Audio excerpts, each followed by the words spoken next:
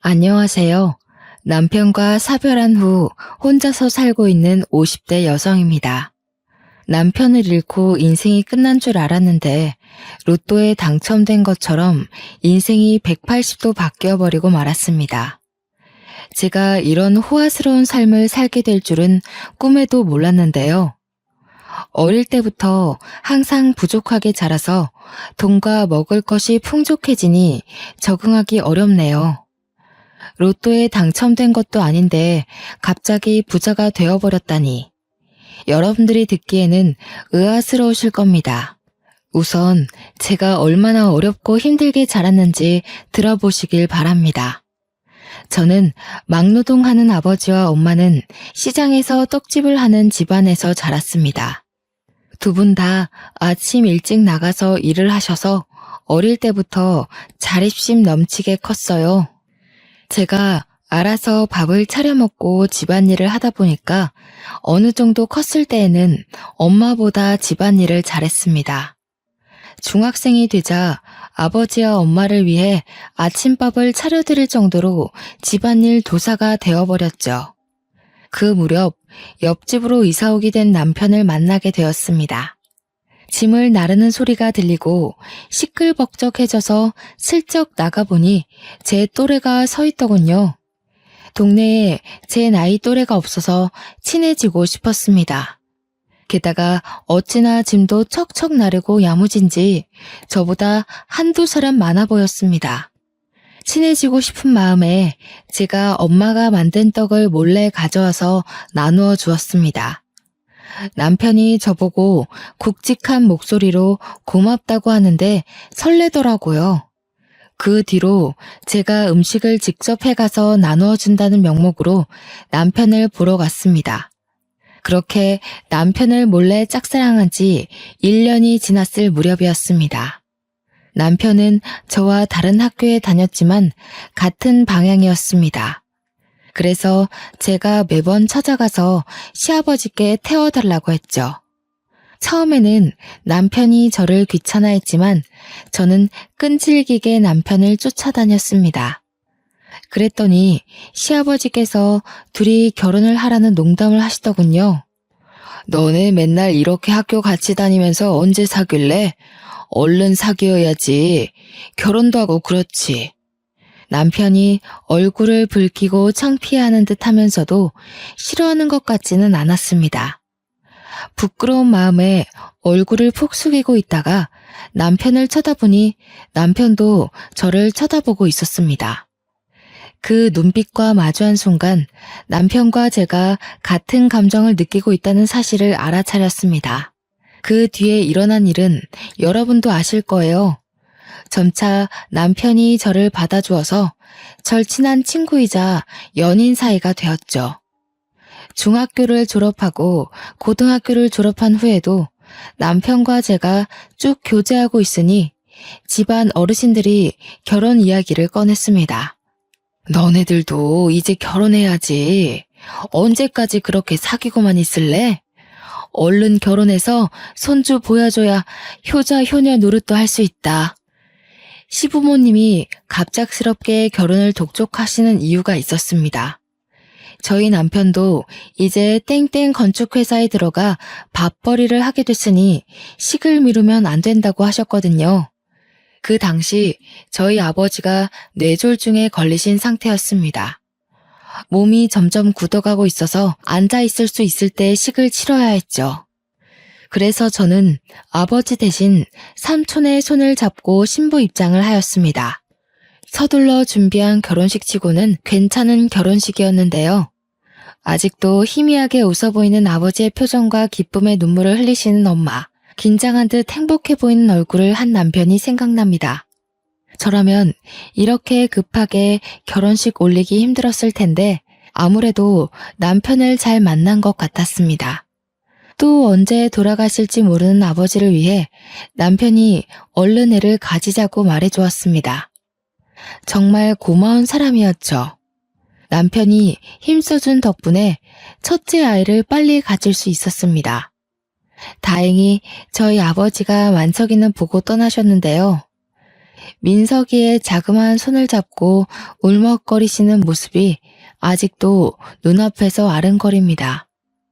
아버지 장례식을 치르고 자꾸만 마지막 그 모습이 생각나서 눈물이 멈추질 않더군요. 그날 이후로 몸에 수분이 마를 정도로 울 일은 없을 거라고 생각했습니다. 하지만 5년 뒤 엄마가 낙상사고로 돌아가셨습니다. 화장실에서 미끄러져서 허망하게 가버리신 거죠. 그때 저는 정말 불효자라고 생각했습니다.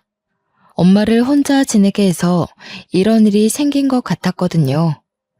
제 앞에 저승사자가 어슬렁거리며 제가 소중하게 생각하는 사람들을 다 앗아가는 기분이었습니다.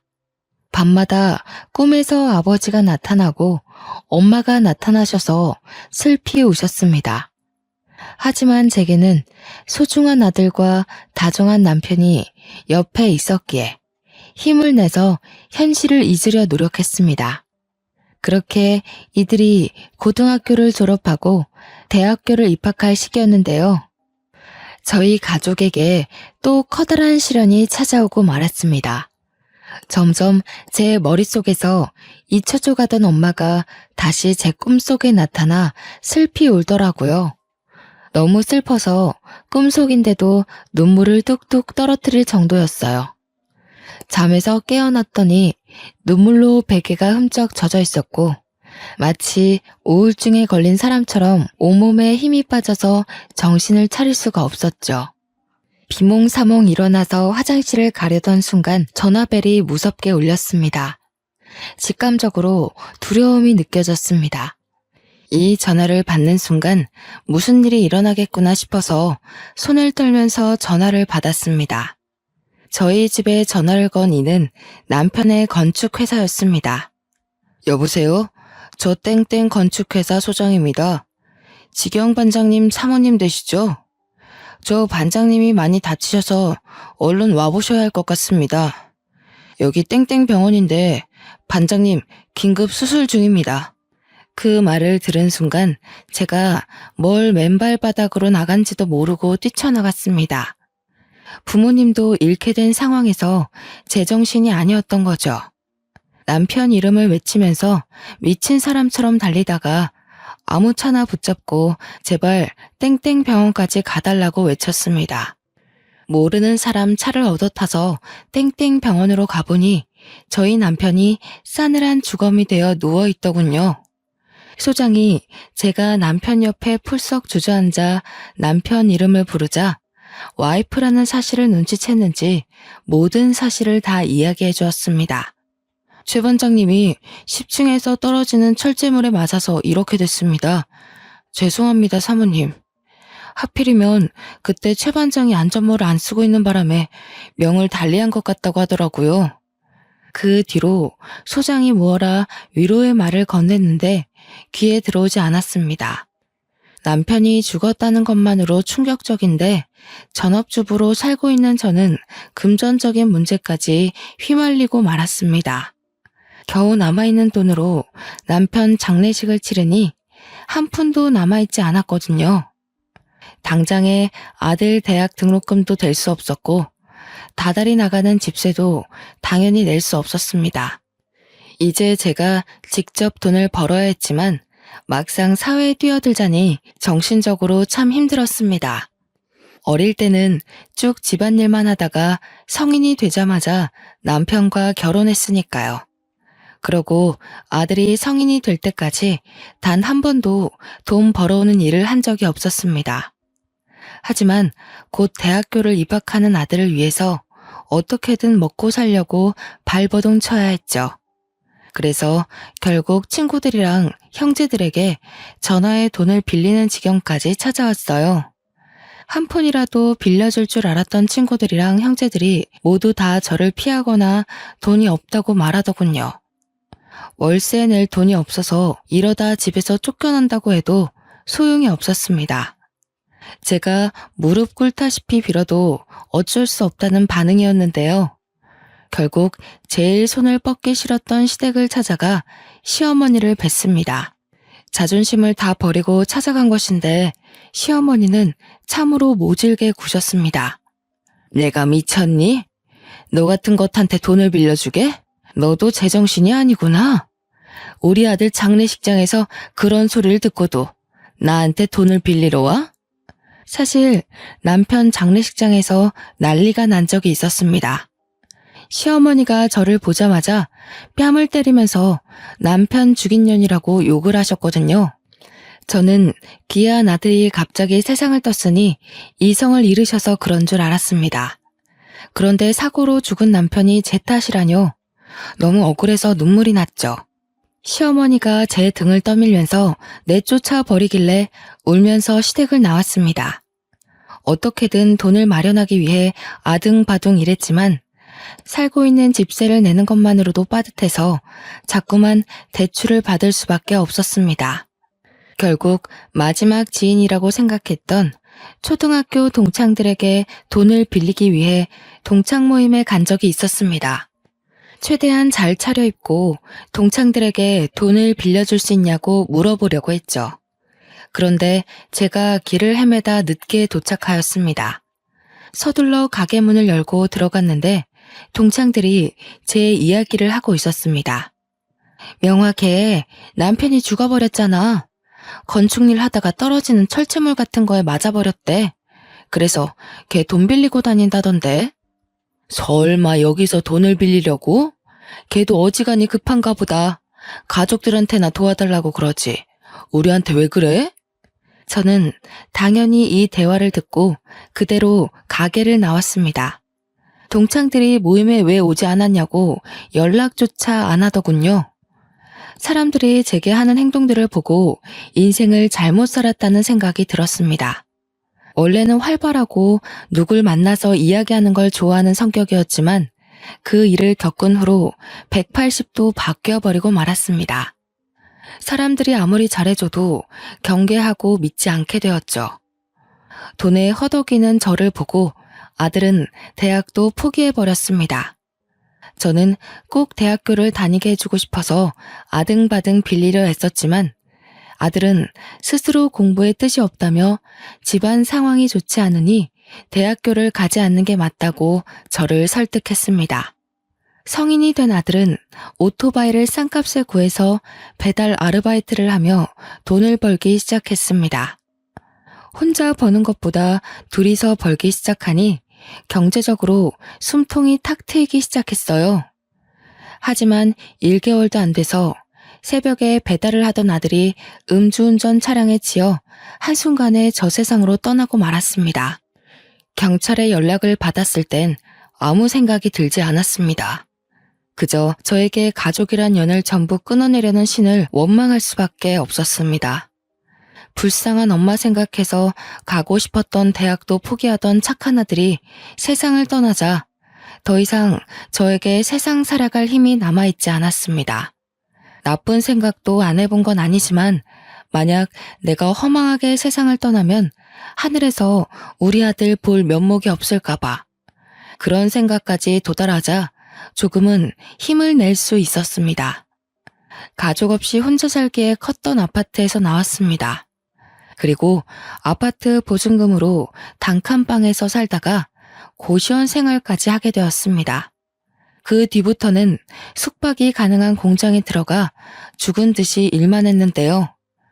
겨우 돈을 모아서 길거리에서 포장마차를 차렸습니다. 거기서 모은 돈으로 술집을 차리게 되었죠. 술집을 오랫동안 하면서 주변 상인들과 많이 친해졌지만 정을 많이 주지 않았습니다. 여기서도 제가 아무리 잘해줘도 내가 힘들 때 도와줄 사람은 없을 것 같았거든요. 그러다 폐지를 줍는 할머니를 만나게 되었습니다. 장사를 하다가 쓰레기를 내놓으려고 가게 밖을 나가보니 웬 할머니가 쓰레기 더미를 뒤지고 있더군요. 그 모습을 보니 돌아가신 어머니가 생각났습니다. 동시에 꼭 저 같다는 생각이 들었죠. 제가 독하게 마음먹고 일하지 않았더라면 노년에 저러고 있었을 것 같았습니다. 그때 갑자기 할머니가 제게 다가와 구걸을 하기 시작했습니다. 불쌍한 마음에 제가 가게 안에 있던 폐지를 가져와 드리는 순간 흠칫 놀라고 말았습니다. 멀리서 봤을 때는 몰랐는데 한쪽 손이 없으시더라고요. 할머니가 놀란 저를 보고 꾸벅 인사를 하고 가는데 할머니를 도와드리고 싶은 마음이 들었죠. 그래서 할머니가 올 때까지 폐지를 모아서 드렸습니다. 할머니를 도와드린 지 2주일 정도 지났을까요? 어디서 또 봤는지 몰라도 저희 가게에 늘 들리는 상인이 와서는 오지랖을 부리더군요. 그 할머니 도와주면 안 돼. 나도 저번에 불쌍해서 도와줬다가 어이없는 일이 있었다니까. 내가 폐지 모아서 주니까 멀쩡한 상자도 달라는 거 있지? 어느 날은 밥도 달라고 하고 아주 거지가 따로 없어. 상인이 제 가게를 나서면서까지 할머니를 도와주지 말라고 했습니다. 분명 제 것까지 탐내면서 다 빼앗아 갈 거라고 하더라고요. 하지만 그게 어디 쉽나요? 도와주기 시작한 걸 멈추기 어려워져서 할머니가 밥 달라고 하면 밥 주고 멀쩡한 상자도 달라고 하면 주려고 했습니다.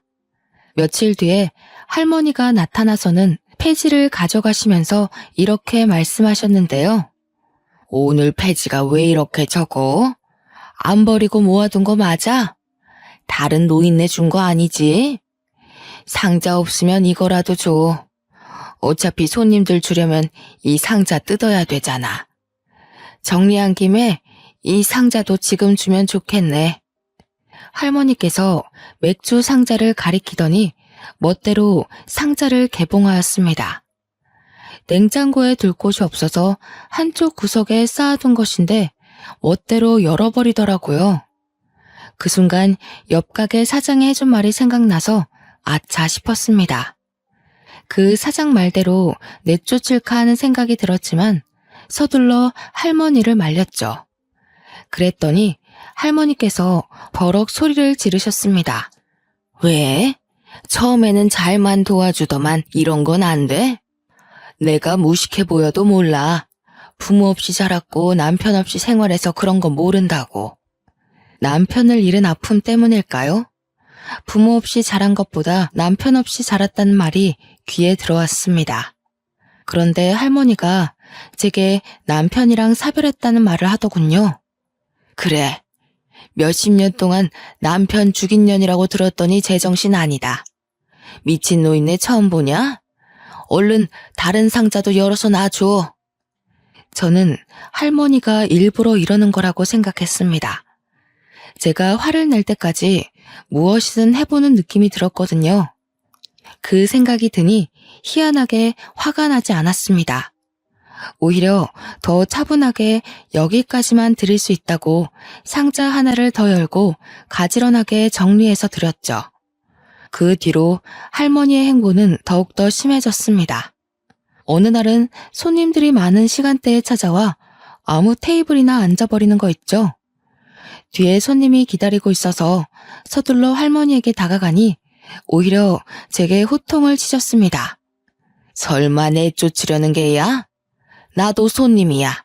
기다렸다가 앉은 거니까 얼른 술상 내와. 당연히 거짓말이라고 생각했지만 손님들 앞에서 언성을 높일 수 없었습니다. 손님들에게 양해를 구하고 술상을 차려와 할머니께 드렸죠. 그래놓고 계산도 하지 않고 가버렸습니다. 이런 일이 계속해서 생기니 저도 지치더군요. 당연히 할머니의 이런 행보는 동네에 제대로 소문이 나버렸으니 한날 상인들은 제게 찾아와 물었습니다. 내가 저번에 보니까 폐지 줍는 할머니가 멋대로 들어가서 밥 먹고 나오는 것 같던데 맞아? 나도 불쌍해서 도와줬더니 밥 달라고 하고 돈 달라고 하고 나중에는 가게도 달라고 할 것 같더라고. 당한 사람이 한둘이 아니야. 상인들이 할머니 뒷담을 하길래 손사래를 치며 너무 그러지 말라고 했죠. 그랬더니 상인들이 오히려 화를 내며 저를 나무랬습니다. 자네도 다 받아주지 마. 오냐오냐 받아주니까 아직까지 이 동네에 있는 거 아니야. 자네도 따끔하게 한마디 해서 확 쫓아내자고. 그 노인네 때문에 장사 안 돼서 미쳐버리겠어. 난 바로 옆집이라서 힘들어. 할머니가 소란 피우면 우리 가게에 있던 손님들이 다 나가서 쳐다보고 있다고. 상인들이 이런 식으로 눈치를 주길래 알겠다고 하고 돌려보냈습니다. 민폐 끼쳐서 미안하다고 외치며 상인들을 내보내던 와중 전봇대 뒤에 숨어있던 할머니와 마주쳤는데요. 아무래도 상인들끼리 하는 말을 엿들은 것 같았습니다.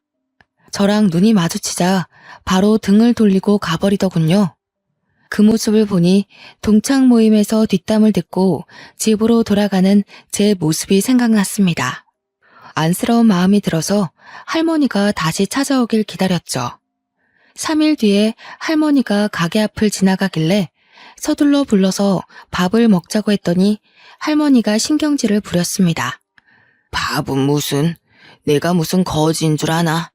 먹고 왔으니까 됐어. 우리 사이에 왜 그래? 우리 엄마 같아서 그래. 엄마, 딸이 챙겨준다고 할 때 와. 안 그러면 평생 밥 안 준다. 제가 장난스럽게 애교를 피우니 할머니가 못 이기는 척 다가오더군요. 그날 같이 밥을 먹는데 정말 돌아가신 엄마랑 밥을 먹는 것 같았습니다.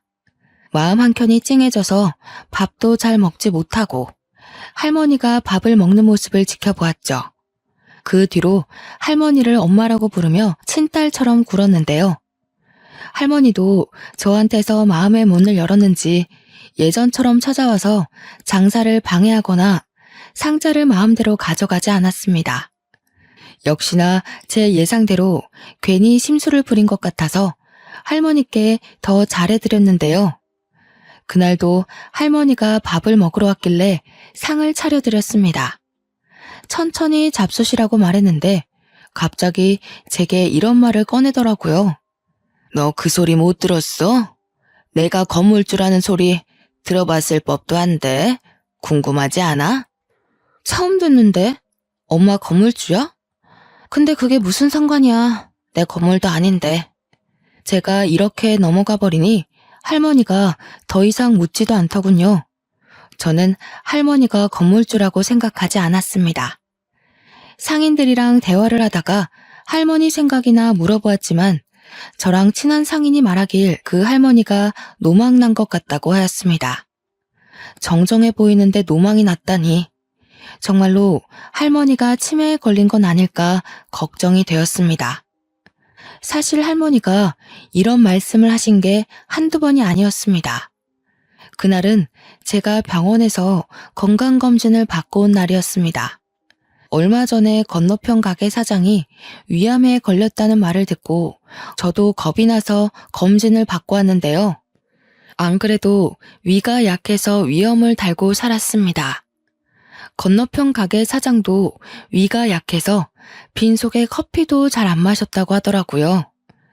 제가 검진을 받고 온 뒤로 큰 병을 얻은 건 아닐까 조마조마해하고 있었습니다. 그때 갑자기 저에게 할머니가 찾아와 무슨 일이냐고 하더군요. 제가 위암일까봐 걱정이 된다고 하니 할머니가 대한민국 사람이라면 누구나 알 법한 의사 이름을 댔습니다. 그 의사는 내가 키운 거나 다름없어. 대학 생활할 때부터 내가 후원해주고 얼마나 지원해줬는데. 근데 하나, 단점이 욕심이 너무 많아. 뒷돈도 받는 것 같고 애가 아주 못 쓰겠더라. 내 재산 물려주려고 했는데 그러면 안 되겠어. 그 의사는 TV에 나올 정도로 유명한 의사였습니다. 할머니께 그 의사를 어떻게 하냐고 물으니 절친한 사이라고 하더라고요. 방금 폐지를 줍다 와서 꾀지지한 옷차림으로 그런 말을 하는데 누가 믿을까요? 저는 그저 허허 웃으며 할머니의 말을 들어주었죠. 그런데 그게 할머니에게 치매가 찾아와서 생긴 일이라니 충격이 컸습니다. 당사자 앞에서 치매 노인이라고 할 수도 없으니 속으로 끙끙 앓고 있었는데요. 호랑이도 제 말하면 운다더니 할머니가 때마침 들어와 갑자기 이상한 짓을 하더군요. 갑자기 가게 앞에 주저앉아 돈이 필요하니 당장 달라고 하였습니다. 그 금액이 무려 1,000만 원이었습니다. 이게 다 치매 증상인 걸까 싶어서 당황스러운 마음에 할머니를 일으켜 세웠는데요. 1,000만 원을 빌려주면 갚을 능력은 되냐고 물으니 뻔뻔하게 대꾸하셨습니다. 배지 줍는 노인네가 무슨 돈이 있다고 1,000만 원을 갚아? 그냥 줘.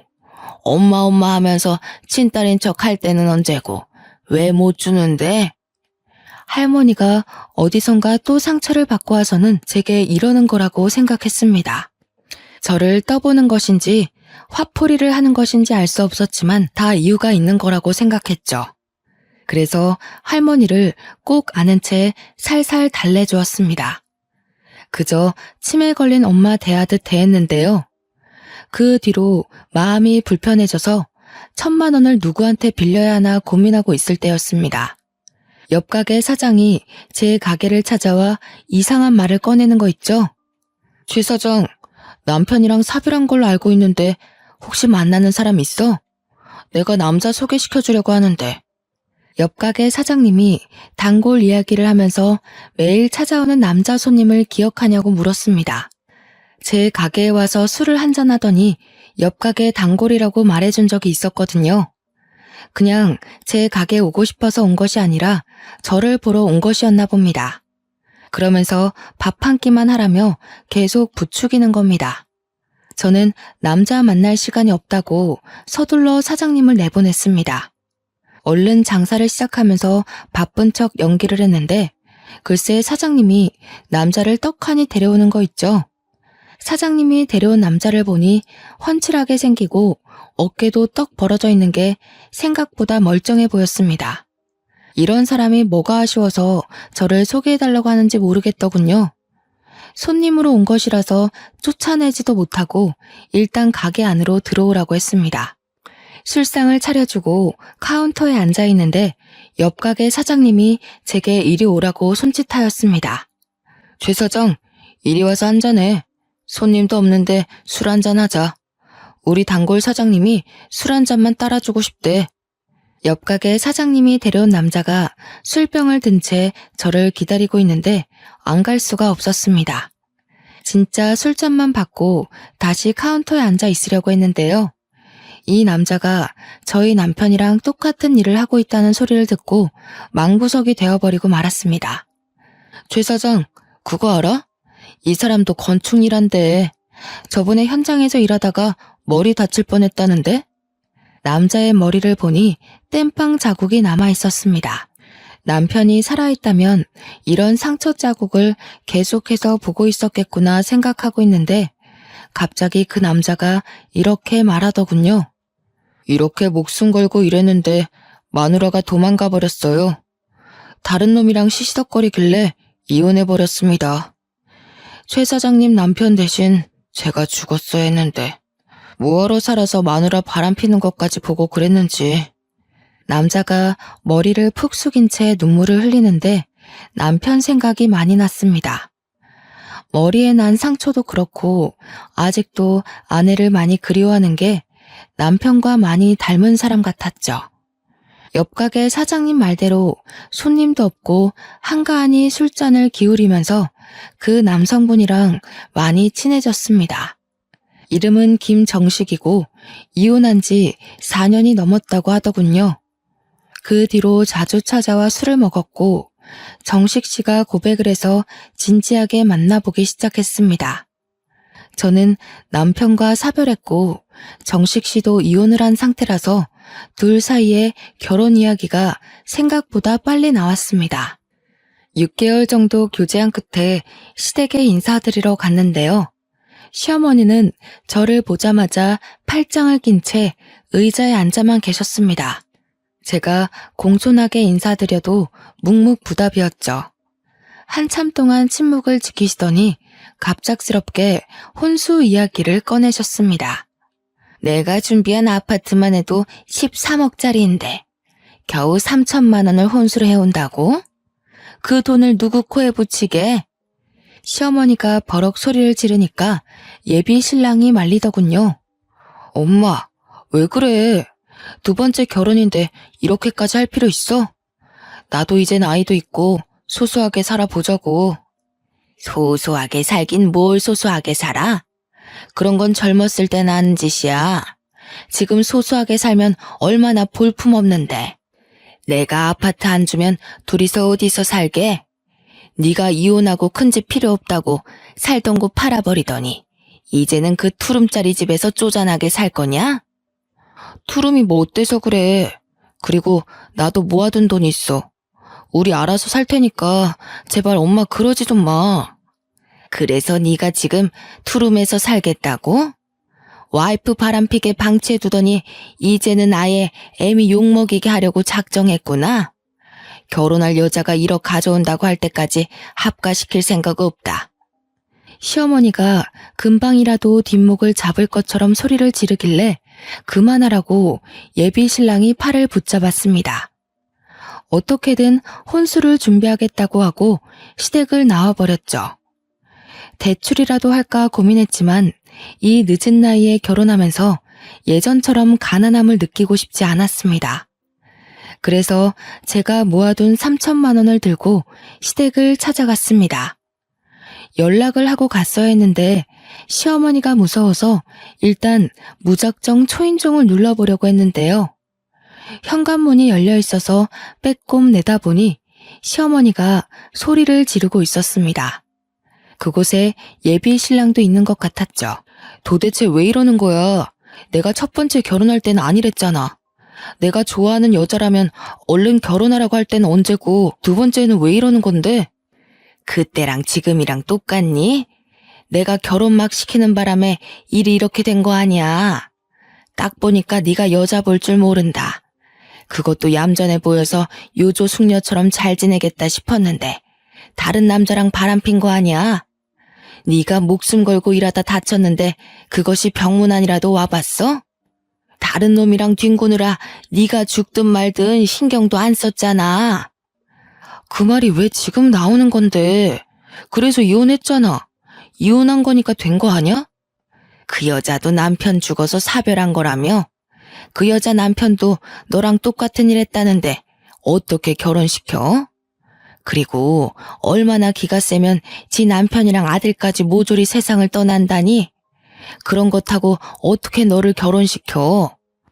내가 점도 보고 왔는데 점쟁이가 그것이 내 아들 죽일 게 뻔하대. 그 여자 가족이 되면 전부 죽는 팔자라고 하더라. 1억 해오라는 것도 헤어지게 하려고 일부러 그런 것이니까 당장 헤어져라. 1억 구해오면 1억 더 해오라고 할 테니까. 거짓말하지 마. 점쟁이 때문이 아니라 아버지 빚 때문에 이러는 거잖아. 다 늙은 노인이 무슨 부귀영화를 누리겠다고 도박을 해? 이렇게 자식 인생 망치니까 좋아? 저는 그 말을 들은 순간 조용히 뒤돌아서 나올 수밖에 없었습니다. 제가 전생에 무슨 죄를 지었던 걸까요? 어쩔 수 없이 남편과 아들을 잃은 것뿐인데 사람들이 저를 벼랑으로 내모는 것 같았습니다. 내 편은 더 이상 만들지 못하는 것인지 싶어서 하염없이 눈물만 흘렸죠. 어느 정도 행복해졌다고 생각했는데 저는 동창 모임 때처럼 아직도 처량한 신세였습니다. 어차피 마음을 열어도 믿었던 사람들이 저를 비난할 테고 저한테 손가락질할 거라는 생각에 사람들이 쳐다보든 말든 오열하였습니다. 집 가는 내내 엄마 잃은 아이처럼 대성통곡을 해버렸는데요. 그때 갑자기 할머니가 저를 보고 왜 그러냐고 물었습니다. 할머니가 울지 말라고 소매로 제 눈물을 닦아주고 있는데 정말 엄마같이 느껴졌습니다. 평소에 할머니를 엄마라고 불렀어서 울면서 엄마라 부른 것인데 정말로 눈앞에 엄마가 있는 것 같았죠. 그래서 저도 모르게 시댁에서 있었던 일들을 다 말해버렸습니다. 그 말을 다 듣고 있던 할머니께서 갑자기 품속에서 돈봉투를 꺼내주더라고요. 1,000만 원짜리 수표 10장이 들어있을 거다. 너 주려고 내내 가지고 있던 거야. 널 진짜 딸이라고 생각하니까 주는 거다. 나 폐지만 줍고 다니는 노인네 아니다. 네가 장사하고 있는 건물이 내 건물이야. 제가 1층에 새 들어있는 6층짜리 건물을 가리키니 할머니가 맞다고 하였습니다. 믿을 수 없다고 하니까 그럼 그 돈이 어디서 났겠냐고 하는 거 있죠? 실제로 할머니의 옷은 가격대가 나가 보였습니다. 게다가 어디서 사는지 몰라도 늘 씻고 오는 듯 했죠. 대화도 해보니 그 나이에 무려 대학도 나왔다고 했고 아는 것도 많아서 의외라고 생각한 적도 있었습니다. 제가 얼떨떨한 표정으로 1억이 든 봉투를 바라만 보고 있으니 할머니는 호탕하게 웃으며 꽤 충격적인 말을 해주셨습니다. 네가 남보다 나으니까 그런 거다. 내 자식들은 내가 사고로 손이 없어지니까 나 몰라라 하더라. 지들끼리 양로원에 집어넣자고 하고 재산 이야기만 하면서 쑥덕거리길래 아예 연 끊었다. 자식들 몰래 이사 온 거라서 자식들은 내가 지금 어디 사는지도 몰라. 그딴 놈들한테 재산 물려주느니 차라리 사회에 환원하려고 했는데 정부 놈들을 믿을 수가 있어야지. 할머니 말로는 건물주인 줄 알고 싹싹하게 구는 상인들한테 테스트를 해봤다고 합니다. 사실 건물주가 아니고 폐지를 주우러 다닌다는 사실을 알리니 상인들 태도가 싹 바뀌었다고 하죠. 그 뒤로 상인들이 몇 번이나 바뀌어서 할머니가 건물주라는 소문이 전부 사라져버린 거죠. 대신 할머니가 무전 취식하면서 폐지 주우러 다니는 노인이라는 소문이 자리한 것인데요. 그 상태로 건물주라는 소리를 하니 아무도 믿지 않아서 할머니가 그런 사람들을 시험해 본 것입니다. 내가 몇 년을 속여봤는데 사람들은 다 똑같더라. 내가 나중에 건물주라고 밝히니까 다들 이용해 먹으려고 하더라고. 그래서 주는 거다. 너는 내 친딸들보다 낫다. 그러니 얼른 받아라. 할머니가 그 돈을 쥐어주면서 시댁에 얼른 가보라고 하였습니다. 점쟁이 말만 믿고 귀한 며느리 내친 시어머니를 혼쭐 내고 오라고 하더군요. 그래서 할머니 말대로 시댁에 찾아가 1억을 시어머니 눈앞에서 살랑살랑 흔들었습니다. 시어머니는 수치심도 없는지 진짜로 1억을 구해올지 몰랐다며 놀란 토끼눈이 되어 있었습니다. 어머님, 왜 안 받으세요? 여기서 1억 더 필요하세요? 그럼 가져올게요. 사실 어머님께서 하신 말씀 다 들었어요. 1억을 가져와도 1억을 더 가져오라고 말씀하시려고 했잖아요. 어머님, 생각보다 저희 집안에 돈이 많아서 1억은 물론 10억, 100억까지 가져올 수 있어요. 아니, 부모님이 대체 뭐 하시길래? 설마 친척들한테 부탁한 거니? 그건 어머님이 아실 거 없고요. 100억은 넘게 가져올 수 있지만 이제 제가 어머님 집안으로 들어갈 생각이 없어졌어요. 제가 이렇게 말하니 시어머니 입이 점점 벌어지더군요. 자리에서 일어나 가버리려고 하니까 제게 매달려 소리치기 시작했습니다. 잠깐만. 내가 점쟁이 말에 홀려서 머리가 어떻게 됐나 보다. 우리 이러지 말고 대화를 좀 해보게. 응? 이건 놓으세요. 저는 이런 집안이랑 같이 살 수 없어요. 그리고 저랑 가족이 되면 다 죽는다고 어떤 점쟁이가 그랬다면서요. 그런데 눈앞에 1억이 있으니까 가족의 연을 맺고 싶어졌나요? 이제 보니 어머니 참 간사하네요. 얘야, 내가 미안하다. 나는 네가 이런 사람인 줄 모르고 점쟁이 말만 듣고 무작정 반대했던 거야. 네가 이렇게 능력이 있었으면 전보로 가지도 않고 바로 결혼시켰다. 너도 정식이랑 이혼한 여자가 어떤 것인지 알고 있잖아. 그런 것 때문에 내가 의심병이 들어서 그랬어. 그 여자랑 제가 같나요? 엄연히 다른 사람인데 그 사람이랑 저를 비교하면 안 되죠. 돈이랑 결혼시키는 것도 아니고 지금 뭐 하는 짓인가요? 내가 원래 이런 애가 아닌데 우리 남편이 도박을 해서 그래. 빚이 갑자기 생겨서 너한테 못할 짓을 한 거다. 빚이 너무 무서워서 그랬다. 그러니까 네가 좀 도와줘라. 내가 이렇게 빌게. 그 빚은 어머님 사정이죠. 제가 왜 남의 집 빚 문제를 저한테 이야기하시죠? 저 정식 씨랑 이제 끝낼 거예요. 제가 어머님을 획 밀치고 밖으로 나와버렸습니다. 뒤에서 어머님이 제 이름을 부르며 울부짖었지만 뒤돌아보지 않았습니다. 물론 예비 신랑이랑 따로 만나서 헤어지자고 했죠. 전화통화로 그 이야기를 하니 예비 신랑이 집까지 찾아와 저를 설득하려고 하였습니다. 명아야, 이게 도대체 어떻게 된 일이야? 어머니가 뭐라 하셨어? 같이 가서 다시 말씀드려보자. 말할 것도 없어. 나는 어머님이랑 할 말 없으니까 돌아가. 정식 씨도 결혼해봐서 알잖아. 우리 둘이 결혼하는 것도 아니고 집안끼리 결혼하는 건데 벌써부터 이런 식으로 굴면 나 이해 못해. 엄마가 빚 때문에 제정신이 아니라 그래. 지금 병원도 다니고 계셔. 당신이 이해해주면 안 될까? 없어. 정식 씨가 무릎 꿇고 빌어도 내가 받은 상처는 돌아오지 않아. 그러니까 우리 정리하자. 예비 신랑은 돌아갔지만 그 뒤로도 제가 마음이 바뀌길 기다리고 있는 것 같습니다. 돈 때문에 그럴까요?